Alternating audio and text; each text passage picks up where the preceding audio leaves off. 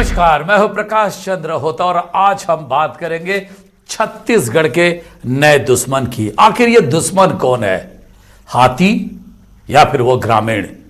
हमने देखा है छत्तीसगढ़ बनने के बाद हाथी और इंसानों के बीच जो द्वंद्व चल रही है, उस द्वंद्व में अब तक 65 हाथी मारे जा चुके हैं और 201 ग्रामीण उसमें उनका भी जान जा चुकी है। लड़ाई जारी है। पिछले 10 दिन में 6 हाथियों की मौत हुई अलग अलग जिलों में, पर सबसे चौंकाने वाला था गणेश की मौत। गणेश वो हाथी जिन्होंने कोरबा और रायगढ़ में लगभग 20 ग्रामीणों की हत्या करने का आरोप था जिस हाथी पर, उसी गणेश की 2 दिन पहले उसकी डेड बॉडी मिली। उसको इलेक्ट्रिक्यूट करके यानी कि बिजली का झटका देकर मारने की बात सामने आ रही है। यह भी कही जा रही है कि हाथियों को लगातार ग्रामीण निशाने ले रहे हैं। आखिर ऐसी क्या बात है छत्तीसगढ़, जहां कही जाती है लगभग 150 से 200 हाथी हर वक्त विचरण करते हैं, ऐसी क्या परिस्थिति हो गई कि लोग अचानक आक्रोशित हो रहे हैं, या फिर हाथी अचानक गांव की ओर रुख क्यों कर रहे हैं, ग्रामीणों पर हमला क्यों कर रहे हैं और इस तरह की घटना क्यों हो रही है? यह और बात है।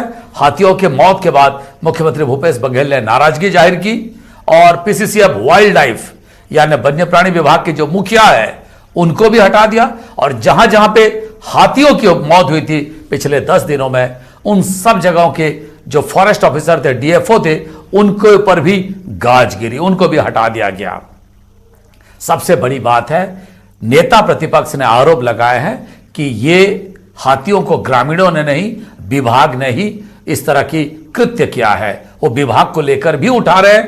कांग्रेस कह रही है जांच चल रही है, बहुत जल्दी आप इस पे कोई कंक्लूजन मत लीजिए। आज इसी विषय पर बात करेंगे, आखिर हाथियों का दुश्मन कौन है। हमारे साथ है 3 वरिष्ठ मेहमान। घनश्याम राजू तिवारी हैं, कांग्रेस के प्रवक्ता है, केदारनाथ गुप्ता है, बीजेपी के प्रवक्ता है, और साथ ही नितिन संघवी जो जाने माने यहां पे हमारे वन्य प्राणी विशेषज्ञ हैं, एनवायरमेंटलिस्ट हैं, वो भी हमारे साथ हैं। 3 वरिष्ठ मेहमानों के साथ आज इस चीज को जानने की कोशिश करेंगे, आखिर इस तरह की घटनाएं क्यों हो रही है, इसके पीछे का कारण क्या है और इससे दोषी कौन है। मैं चर्चा की शुरुआत करूंगा नितिन सिंघवी जी से। नितिन जी, क्या यह आप मानते हैं जिस हिसाब से डीएफओ को हटाया गया, वन्य प्राणी विभाग के मुखिया को हटाया गया, यह पर्याप्त है या और भी कार्रवाई होनी चाहिए?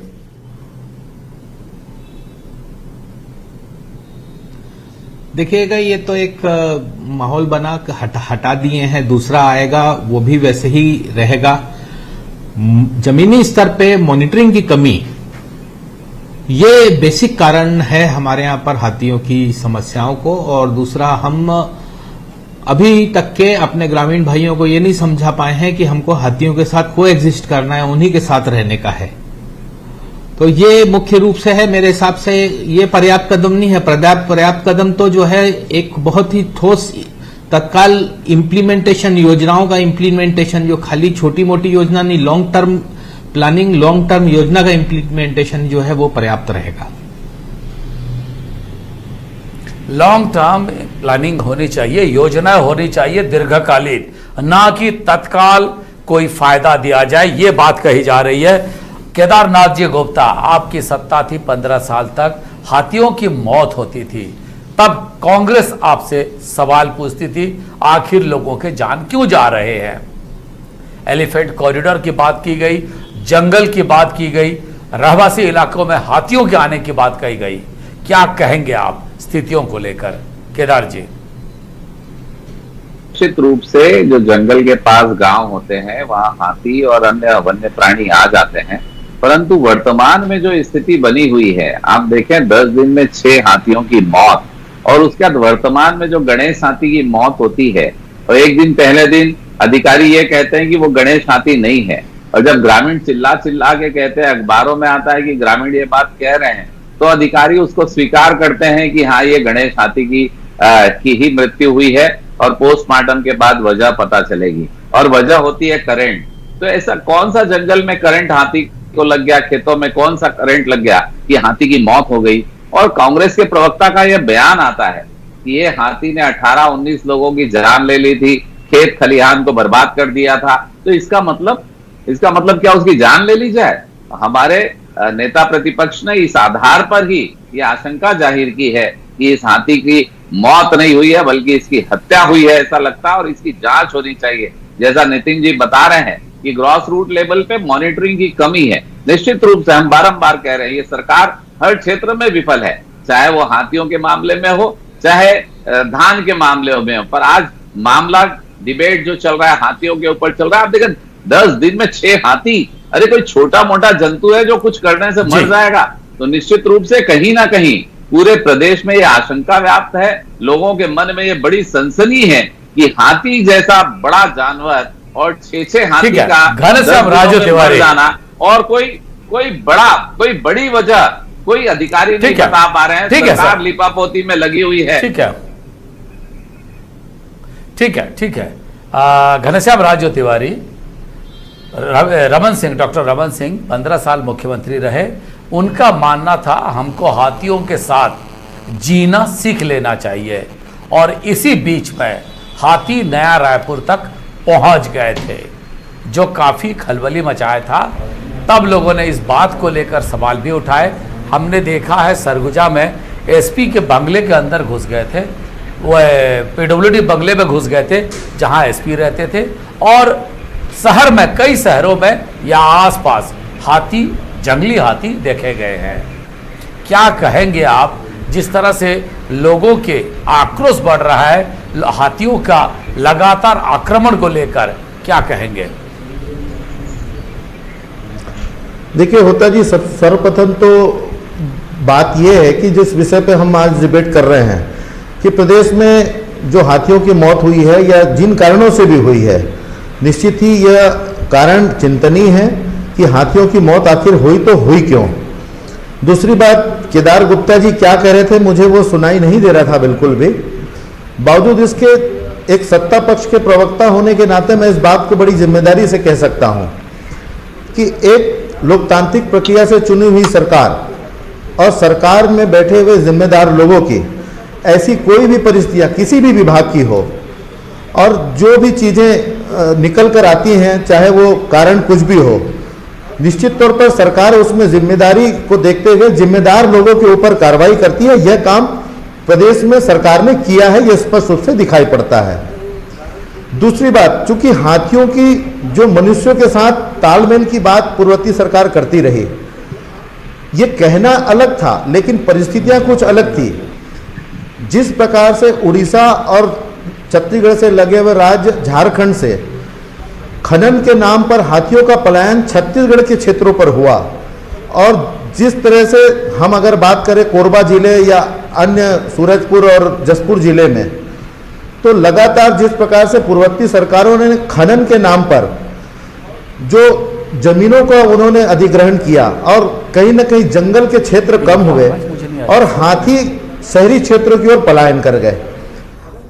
आज हाथियों का जो दल जिस प्रकार से शहरों में पहुंचने लगा है, जिसका जिक्र आप भी कर रहे थे, तो निश्चित तौर पर यह मुख्य कारण वही है।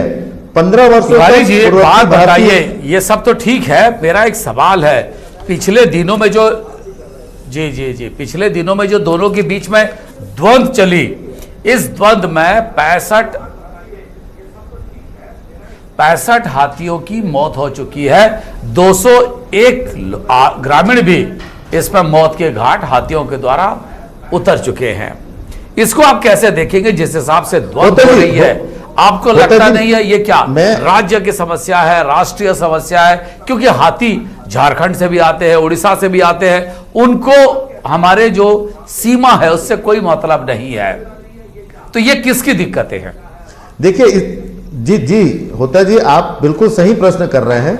राज्य की सरकार इन्हीं सब परिस्थितियों को ध्यान में रखते हुए, क्योंकि एक बड़ी समस्या के रूप में हाथियों से जो चीजें निकल कर आई हैं वो हमें विरासत में भारतीय जनता पार्टी के 15 सालों के कार्यकाल में मिली है। बावजूद इसके प्रदेश के मुखिया और विभागीय मंत्रियों ने इस समस्या का निराकरण के लिए लेमरू हाथी अभ्यारण्य का एक प्रोजेक्ट तैयार किया, और कहीं ना कहीं इस प्रकरण में सरकार चिंतित थी और चाहती थी कि जल्द से जल्द इस लेमरू अभयारण्य प्रकरण को लागू किया जाए, लेकिन लगातार केंद्र से संवाद के बावजूद केंद्र इसमें किसी प्रकार की हरी झंडी नहीं दे रही है। नितिन जी कह रहे थे कि हमें इससे स्थायी समस्या के निराकरण की ओर बढ़ना होगा। मैं उनकी उनकी बात को सहमत हूं, लेकिन लेमरू अभयारण्य प्रोजेक्ट को जिस प्रकार से केंद्र की सरकार ने रोका हुआ है, जो कहीं ना कहीं इस समस्या की निजात के लिए एक बहुत बड़ा निर्णय राज्य सरकार ले रही है, परंतु केंद्र सरकार की पक्षपात नीतियों के चलते आज कहीं ना कहीं ये समस्या यथावत खड़ी हुई है। समाधान क्या हो सकता है? हम कई बार बात करते हैं नितिन जी, ये बात जरूर कही जाती है कि केंद्र सरकार मदद करे, एलिफेंट प्रोजेक्ट की बात करे, हम राज्य की बात कर रहे हैं। जिस हिसाब से जंगल हमारा जो है कही जा रही है कि ये सबसे बेहतर चीज है हमारे लिए, हमारे वनवासियों के लिए, आदिवासियों के लिए सबसे बेहतर जगह है, वन्य प्राणियों के लिए, बायोडायवर्सिटी के लिए, सबके लिए अच्छा है। फिर हाथी शहरों की तरफ क्यों आ रहे हैं, पहला सवाल। और दूसरी बात यही है, जब हाथी हिंसक हो रहे हैं तो क्या करना चाहिए?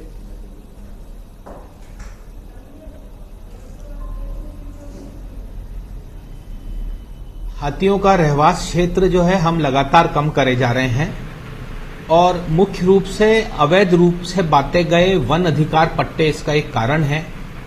और मैं किसी भी रूप से पॉलिटिकल बयान नहीं दूंगा, पर सभी सरकारें वन अधिकार पट्टों को बिल्कुल आंख बंद करके बांटते रही। मैं वन अधिकार पट्टों को सिर्फ उन्हीं को देने के पक्ष में हूं जो कि इसके लिए पात्रता रखता है। पर अभी 4 लाख से ज्यादा आवेदन जो निरस्त हो गए हैं उनको रिव्यू कर जाएगा। 4 लाख आवेदनों में वनों में जो है कितने बसेंगे, कितने खेत बढ़ेंगे, कितने बोरवेल होंगे, कितना होगा, हाथी कहां जाएगा ऐसे में? लेमरू प्रोजेक्ट जो है उसका दुर्भाग्य चालू हो गया है, वो अभी तक नोटिफाई नहीं हो पाया है, जो भी कारण हो। उसके अंतर्गत में 4 खनन के लिए जो है कल निविदाएं निकल गई हैं केंद्र शासन के द्वारा। ये सब हमारी पूरी की पूरी प्लानिंग खत्म कर देंगी और ये हाथी जो है अपना वन क्षेत्र जब छोड़ेंगे, जब शहरी क्षेत्र में आएंगे, तो स्वाभाविक है कि एक चीज हाथी बड़ा चाहता है कि मानव से उसका रेस्पेक्टेबल डिस्टेंस रहे। और जब वो शहरी क्षेत्र, ग्रामीण क्षेत्र में आता है तो हमारे ग्रामीण भाई और सब जगह पे रायपुर के पास में भी मेलाबाजी लगा देते हैं। अधिकतम मृत्यु जो है वो मेलाबाजी में हुई है। हाथी दौड़ाता है, वो दौड़ नहीं पाता है, शराब पिया हुआ रहता है, कम दिखता है उसको, इन कारणों से डेथ हुई है। तो सबसे पहले जंगल को प्रोटेक्ट करने का है हमको, और अगर जंगल का प्रोटेक्ट कर देते हैं तो लेमरू क्षेत्र में ही हमारे सैकड़ों हाथी उसी क्षेत्र में घूमते रहते हैं। वो जो है जब अपने आप इतने होशियार होते हैं, जब उनको पता लगेगा कि यहाँ शांति है, खाने पीने की भरपूर व्यवस्था है, पानी है पूरा, जो कि उस क्षेत्र में व्यापक रूप से उपलब्ध है, तो उसी इलाके में ही रह जाएंगे, जो है वो केदार जी जगह पे रहने लगेंगे। ठीक है केदार जी, इस इलाके लगातार इस बात को वहां पर वो केदार जी वहीं पर रहने जाएंगे। ठीक है केदार जी, मेरा एक सवाल है कि जिस हिसाब से हाथियों को अपने जंगलों में अपने ही इलाके से खदेड़ा जा रहा है, लगातार माइनिंग की एक्टिविटीज वहीं पे की जा रही है, ब्लास्ट हो रहा है। माइनिंग का मतलब होता है हेवी ड्रिलिंग मशीन का इस्तेमाल होना, ब्लास्ट होना, और जिससे हाथी जंगलों से पलायन करने लगे हैं। जैसे परिवेशविद कह रहे हैं कि फिर कुछ माइंस की इजाजत दी गई है छत्तीसगढ़ में, जबकि एलिफेंट प्रोजेक्ट को अनुमति मिलनी थी। आखिर किसको प्राधान्य दिया जाए? विकास को, परिवेश को, हाथियों को, जंगलों को प्राथमिकता में किसको रखना चाहिए? केदार गुप्ता जी। देखिए, सारी चीजों का सामंजस्य होकर ही एक समग्र विकास होता है। मानवीय विकास के साथ साथ हमारी प्रकृति और उसके साथ साथ वन्य जीवों का संरक्षण भी हम सबकी ही जिम्मेदारी है। परंतु इस सरकार को आए 1.5 वर्ष हो गए और लेमरू प्रोजेक्ट के नाम से ही अभी तक उसको लटका के रखे हैं। क्या खदानों का निर्णय सिर्फ केंद्र सरकार का एक तरफा होता है? क्या यहाँ पर वो प्रक्रिया के तहत स्वीकृति के लिए नहीं आता है और यही स्वीकृति देते हैं, उसके बाद केंद्र से होता है? तो निश्चित रूप से बिना राज्य की स्वीकृति के किसी भी प्रकार की माइंस या खदान चालू नहीं होती है और राज्य सरकारें जानबूझकर कि जब मालूम है वहां माइंस आ रही है फिर वहां लेमरू प्रोजेक्ट लाना, मतलब वो हाथी को बचाने के लिए इनका कोई इंटरेस्ट नहीं है और ये लगातार अधिकारियों पर गाज गिरा रहे हैं। अब ये बात पुरानी हो गई कि आप कोई भी बात को केंद्र सरकार अगर दूसरी पार्टी की है तो उस ओर ढकेलें। आप 1.5-2 साल से हैं यहाँ, क्या कर रहे हैं? क्या 43 से 44% हिस्सा जंगलों का है छत्तीसगढ़ में, क्या आपको और कोई ठिकाने नहीं मिल रहे हैं? नितिन जी अगर इस बात की ओर इंगित कर रहे हैं कि वन अधिकार जो पट्टे सर हैं, ये लेमरू प्रोजेक्ट आपके समय से पेंडिंग है। नितिन जी, नितिन जी मैं कह रहा हूं, एक लाइन मेरी पूरी हो जाने दीजिए होता साहब, एक लाइन पूरी हो जाने दीजिए। ठीक है, वन अधिकार ठीक है, पट्टे की बात जो नितिन जी कह रहे हैं मैं उसका समर्थन कर रहा हूं, देख के करना चाहिए। और लेमरू प्रोजेक्ट हमारे समय से पेंडिंग है पर अभी माइंस आई है तो अब उसका कोई दूसरा उपाय ढूंढना चाहिए ना। ये केंद्र को पकड़ के आखिर आप 1.25 वर्ष से सरकार कैसे चला रहे हो और आगे क्या ऐसे ही चलाने वाले हो?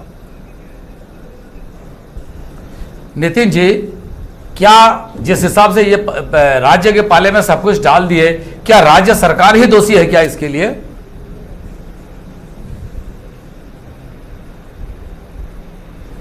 मैं ऐसा नहीं कह रहा होता साहब। इस विषय के ऊपर में मैं कुछ विशेष कमेंट्स नहीं करूंगा, पर मैं ये इतना बोलूंगा कि हमारे वन विभाग की मॉनिटरिंग की कमी है, जिसमें जो है बहुत ही ज्यादा कमी के कारण से परेशानी हो रही है। दूसरा, राज्य सरकार को ये बिल्कुल विचार करना चाहिए कि हम सिर्फ जो पात्र लोग हैं उन्हीं को पट्टा दें और जिनको अपात्रों को मिल गया है उनका पट्टा निरस्त करके पुनः स्थिति निर्मित की जाए। एक चीज ये हो गई है। और दूसरा, हमको हाथियों ग्रामीणों के साथ को सिखाना पड़ेगा कि हम कोएग्जिस्ट कैसे करें उनके साथ में हम कैसे रखें। तो ये सब काम जो है राज्य सरकार के अंतर्गत में कार्यरत वन विभाग का ही कार्य है। तो ये इसके लिए तो मैं वन विभाग को ही जिम्मेदार बोलूंगा। अब राज्य सरकार को बोलने से पॉलिटिकल हो जाएगा। नहीं, ठीक है, मैं समझ गया। घनश्याम राजू तिवारी जी, जिस हिसाब से केदारनाथ जी गुप्ता कह रहे हैं कि राज्य सरकार खुद कुछ नहीं कर रही है और केंद्र के पाले में सब डाल रही है, कितने सहमत है, कितने असहमत है? होता जी, सबसे बड़ी बात यह है, हाथियों की मौत पर जिस प्रकार की राजनीति राज्य में भारतीय जनता पार्टी के प्रवक्ता से लेकर नेता प्रतिपक्ष धर्मलाल कौशिक जी कर रहे हैं, वो इस बात को स्पष्ट करता है कि सिर्फ एक विपक्ष का सत्ता पर आरोप लगाने के अलावा कुछ भी नहीं, कोई तथ्य नहीं है, कोई उनके पास कोई तथ्यात्मक कार्य नहीं है, सिर्फ बयानबाजी के अलावा ये सीमित हो चुके हैं। सबसे बड़ी बात यह होता है जी, माइनिंग क्षेत्र का निर्धारण केंद्र की सरकार करती है।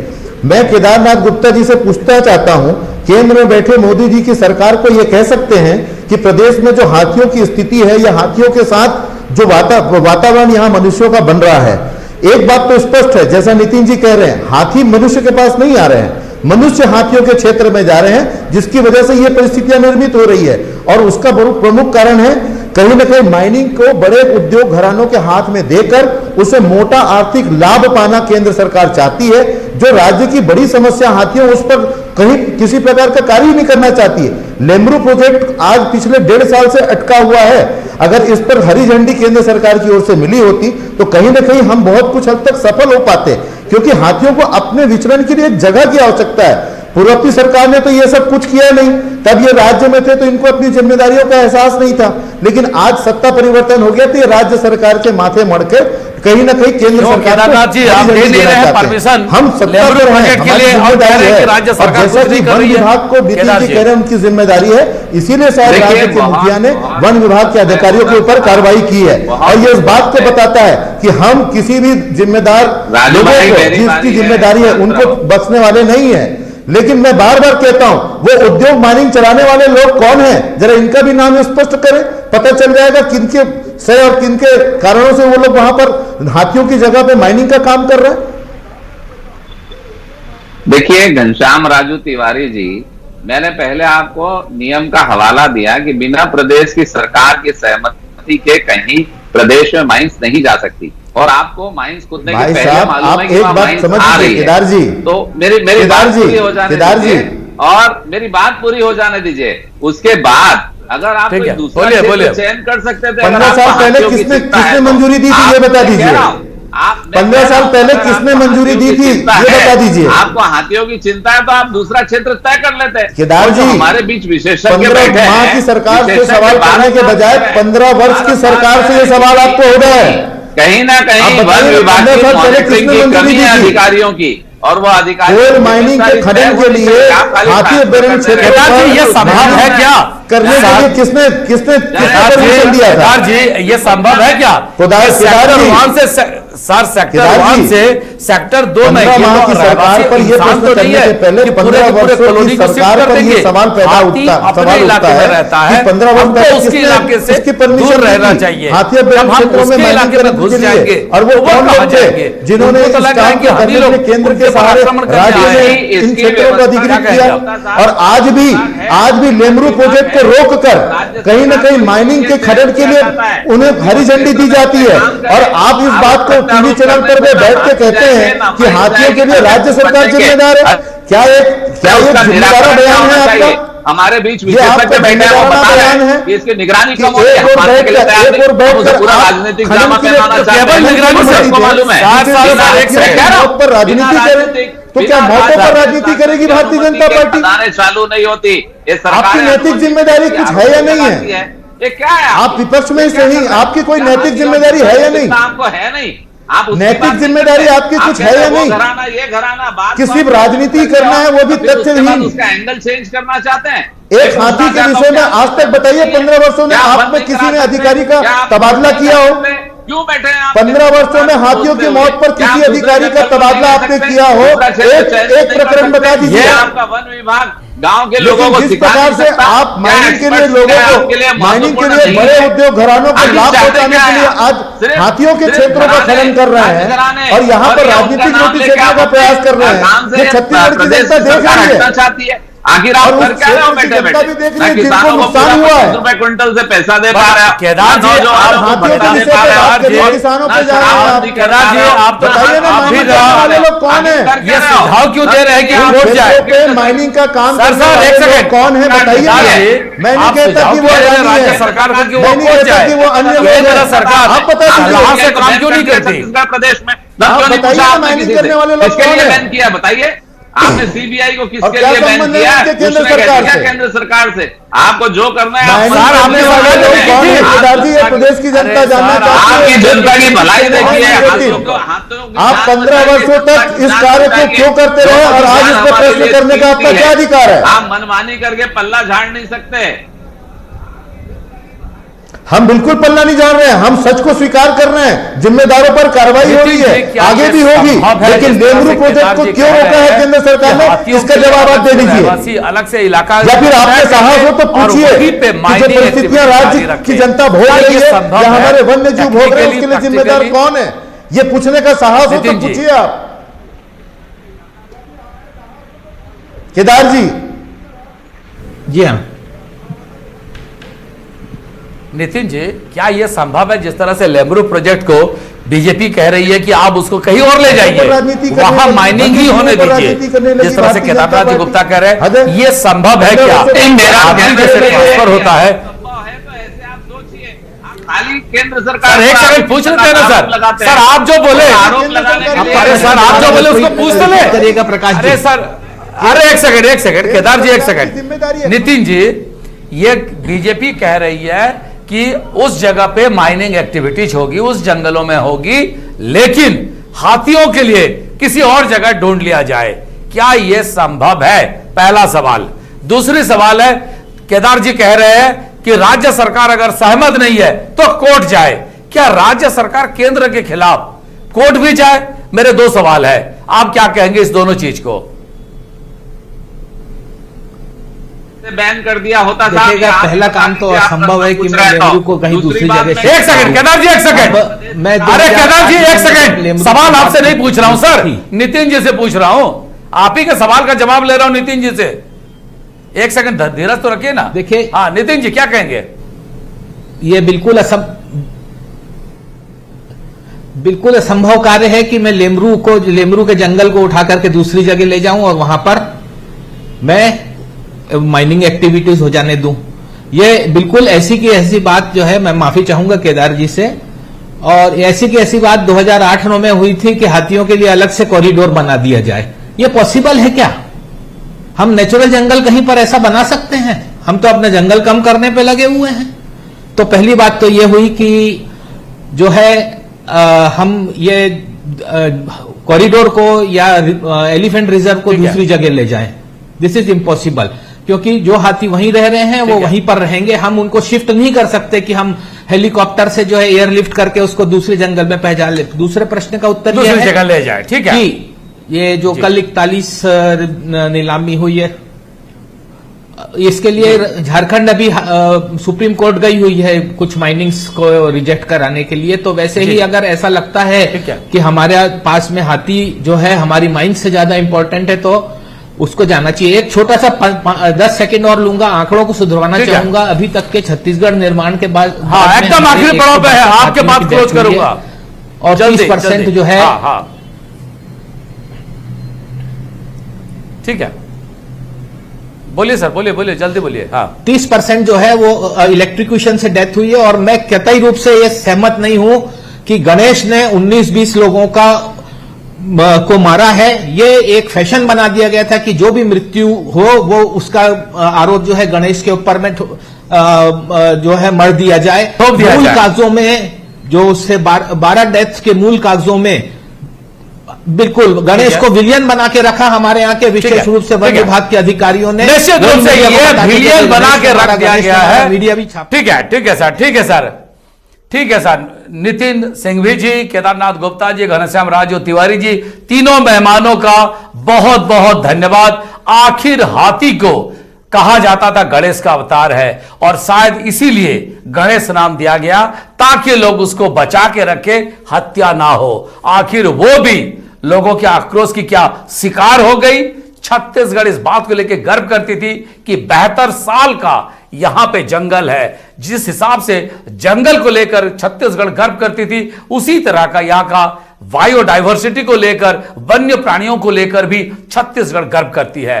पर यह जो द्वंद्व शुरू हो गया है, हाथियों को, भालू को, तेंदुए को, अन्य जंगली जानवरों को जिस हिसाब से टारगेट करने लगे हैं, क्या यह आने वाले दिनों के लिए एक अच्छा संकेत नहीं है? राज्य सरकार नए सिरे से इसको लेकर रणनीति बनानी चाहिए, वन विभाग को और सजग और मॉनिटरिंग को बढ़ानी चाहिए। आज समय हो गया जवाब के देना होगा। मैं कल एक नए विषय को लेकर, सोमवार को एक नए विषय को लेकर हम फिर उपस्थित होंगे। पर खबरों का सिलसिला न्यूज 18 छत्तीसगढ़ मध्य प्रदेश में जारी है।